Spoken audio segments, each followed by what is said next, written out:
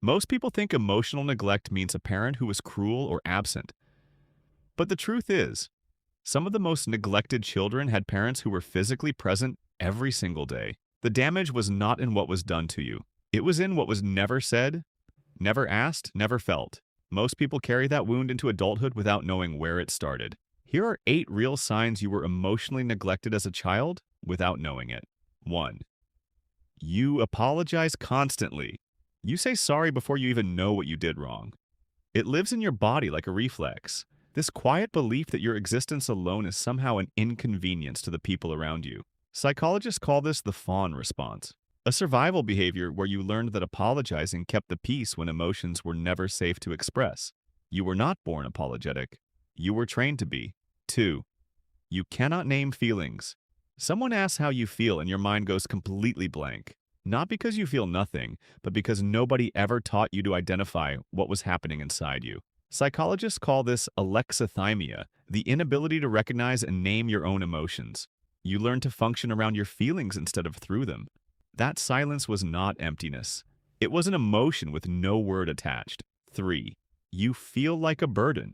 You hesitate before asking for help, even from people who love you. There is this quiet voice inside that says your needs are too much and your problems are too heavy. Psychologists call this emotional parentification, where a child learns to shrink their needs because the adults around them could not hold space for feelings. You were not too much. You were just too alone. 4. You cannot trust joy. When something good happens, you wait for it to fall apart. Happiness feels dangerous, like something that will be taken before you can fully settle into it. Psychologists call this learned emotional avoidance. Your brain protecting you from disappointment by refusing to fully feel anything good. You do not distrust good things because you are broken. You distrust them because good things were never guaranteed to stay. 5.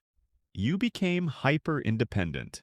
You handle everything alone, not because you prefer it, but because asking for help never felt safe. You learned early that depending on someone meant risking disappointment. Psychologists call this compulsive self-reliance, where independence became armor rather than freedom. You did not choose to carry everything alone. You were taught that waiting for someone was a waste of time, and so you stopped waiting entirely. 6. You read everyone else. You notice every shift in someone's mood before they say a word.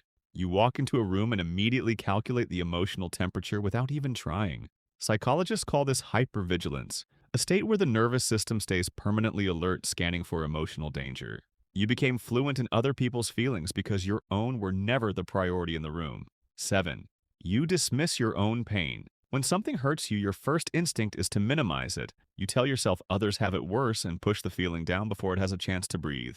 Psychologists call this internalized emotional invalidation, where the voice that once dismissed your feelings outside becomes the voice that dismisses them inside. The person who told you your pain did not matter was not always someone else. Sometimes it became you. 8. You crave depth but fear it. You want real connection more than almost anything. But the moment someone gets too close, you pull back. Not because you do not care, but because closeness never felt safe. Psychologists call this anxious attachment, where the desire for connection and the fear of it live inside you at the same time. You were not afraid of love. You were afraid of what love had always done to you before.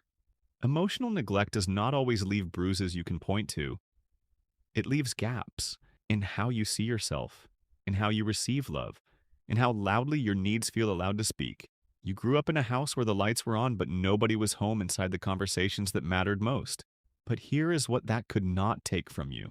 It could not take your ability to feel. It could not take your capacity to grow. And it could not silence the part of you that knew something was missing and kept searching anyway. That search was never weakness. It was always survival.